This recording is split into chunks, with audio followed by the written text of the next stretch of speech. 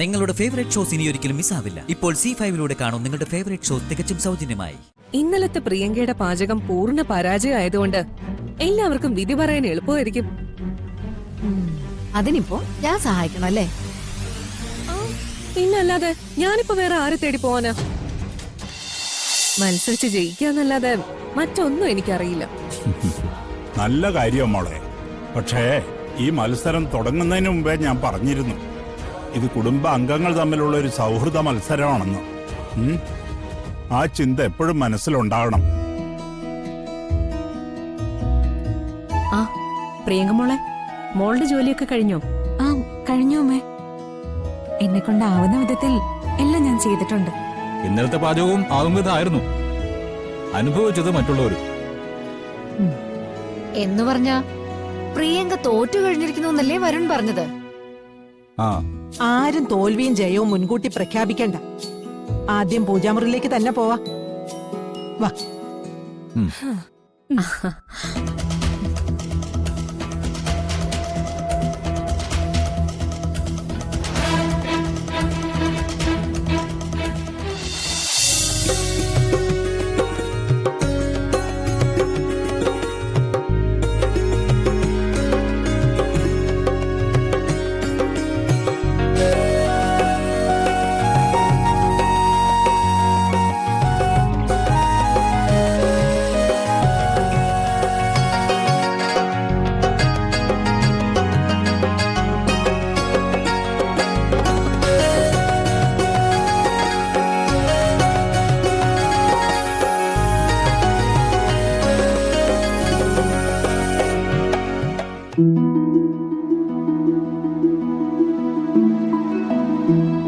ഇവളിതെങ്ങനെയാ ചെയ്തത്?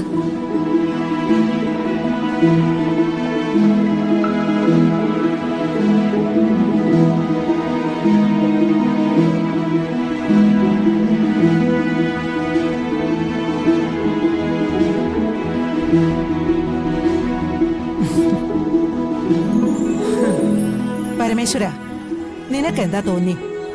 മുകളിലത്തെ മുറികളൊക്കെ നമ്മൾ നേരത്തെ നടന്ന് കണ്ടല്ലോ അമ്മേ. ബാക്കിയുണ്ടായിരുന്നത് പൂജാമുറിയും അടുക്കളയാ. പൂജാമുറി ഒരുക്കുന്ന കാര്യത്തിൽ പ്രിയങ്ക മോൾ നമ്മളെ ഞെട്ടിച്ചു കളഞ്ഞിരിക്കുന്നു. ഒരമ്പലത്തിൽ ചെന്ന പ്രതീതി. തീർച്ചയായും അടുക്കളയ്ക്ക് ഇത്ര അഴകുണ്ടെന്ന് ഞാൻ ഇന്നാ മനസ്സിലാക്കിയത്. ഓരോ പാത്രങ്ങളും അടുക്കി വെച്ചിരിക്കുന്ന തന്നെ എത്ര നന്നായിട്ടാണെന്നറിയോ? പൂജാമുറിയോളം ഐശ്വര്യമുണ്ട് കലവറയ്ക്കും. അതൊരു മിടുക്ക് തന്നെയാ. പ്രിയങ്കേ, ഇന്നലത്തെ പരീക്ഷണത്തിൽ താൻ വലിയൊരു തോൽവിയായിരുന്നു. ഇന്നെന്താ ഇത്രയും അഭിനന്ദനങ്ങൾ വാങ്ങിച്ചു കൂട്ടുന്നത്? എന്തെങ്കിലും ഒരു കാരണം ഉണ്ടാവും അല്ലേ മുത്തശ്ശി? പ്രിയങ്ക മോളെ, ഇന്നത്തെ മത്സരത്തിന്റെ റിസൾട്ട് ഏകദേശം മനസ്സിലായി കാണുമല്ലോ. ഇന്ന് വീടൊരുക്കിയത് ഐശ്വര്യമുള്ള ഒരു പെണ്ണിന്റെ കയ്യാ. സത്യത്തില് ആ കൈക്കൊരു പൊന്മള ഇട്ട് കൊടുക്കേണ്ടതാ. പക്ഷേ മത്സരം ഇനിയും ബാക്കിയുണ്ടല്ലോ. ഏതായാലും ഇന്നത്തെ മത്സരത്തില് പ്രിയങ്ക മോള് വിജയിച്ചിരിക്കുന്നു. താങ്ക് യു മുത്തശ്ശി. ഇന്ന് ഈ ഒരുക്കങ്ങൾ നടത്തിയ ആളോട് വല്ലാത്തൊരു ഇഷ്ടം തോന്നുന്നു അല്ലേ മുത്തശ്ശി? അതെ. എന്തായാലും ഇന്നിന് കൽപ്പനയുടെ പാചകമാണല്ലോ. എന്താ കൽപ്പന, തയ്യാറല്ലേ? ഒരു ചക്ക വീണ് മുയല് ചത്തോന്ന് കരുതി എപ്പോഴും അങ്ങനെ ആവണമെന്നില്ല. അടുത്ത മത്സരത്തില് ഞാൻ ജയിച്ചു കാണിച്ചു തരാം. ആയിക്കോട്ടെ. എന്തായാലും കുടുംബത്തിനൊരു ജീവൻ വെച്ച പോലെ തോന്നുന്നുണ്ട്. കുടുംബത്തിലെ പെൺകുട്ടികൾ മത്സരിച്ച് പണിയെടുക്കുന്നു, വീറോടെ പോരാടുന്നു. നടക്കട്ടെ നടക്കട്ടെ.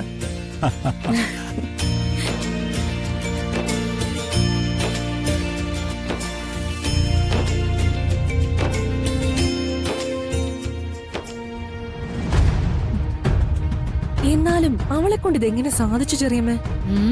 ദേവനാരായണൻ തിരുമേനിയുടെ മോളല്ലേ. പൂജാമുറി ഒരുക്കുന്ന കാര്യത്തില് നല്ല മിടുക്കാണ്. പൂജാമുറി മാത്രമാണോ? വീടിന്റെ മുക്കും മൂലയൊന്ന് നോക്കേ. ഇന്നലെ എന്റെ ഭാഗത്തുനിന്ന് വന്ന വീഴ്ചകൾ വരെ അവൾ പരിഹരിച്ചിട്ടുണ്ട്. ഇന്നലെ വരെ വിധി നിന്റെ കൂടെ ആയിരുന്നു, ഇന്ന് വിധി അവൾക്കാ. ചെറിയ എന്ത് നിസ്സാരമായിട്ടാ പറയുന്നേ.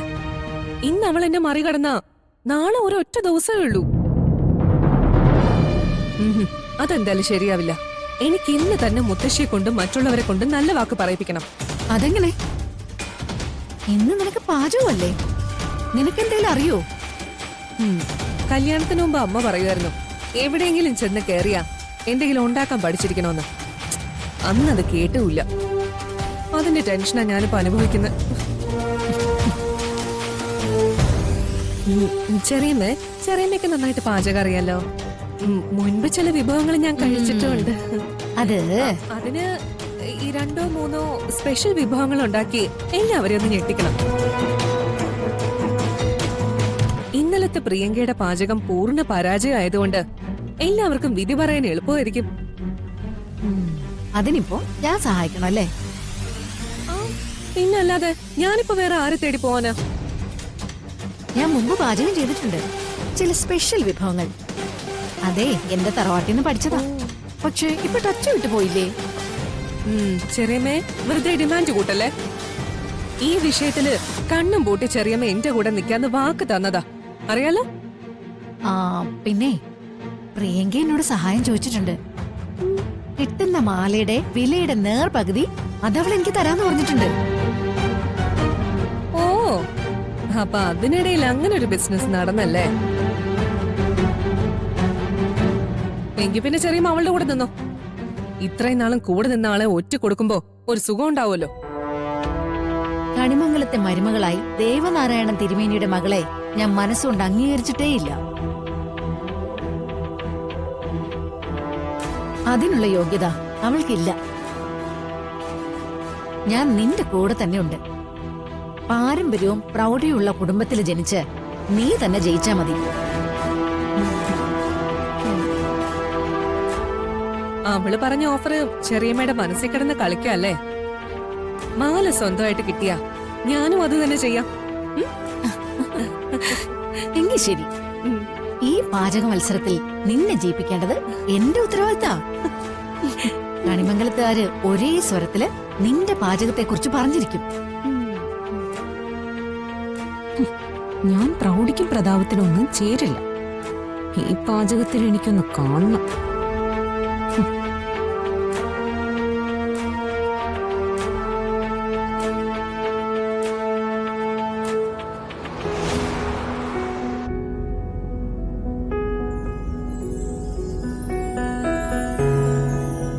ഇന്ന് ഷൂട്ടിംഗ് തുടങ്ങുന്നോണ്ടാണോ താരത്തിന് ഇത്ര ജാട?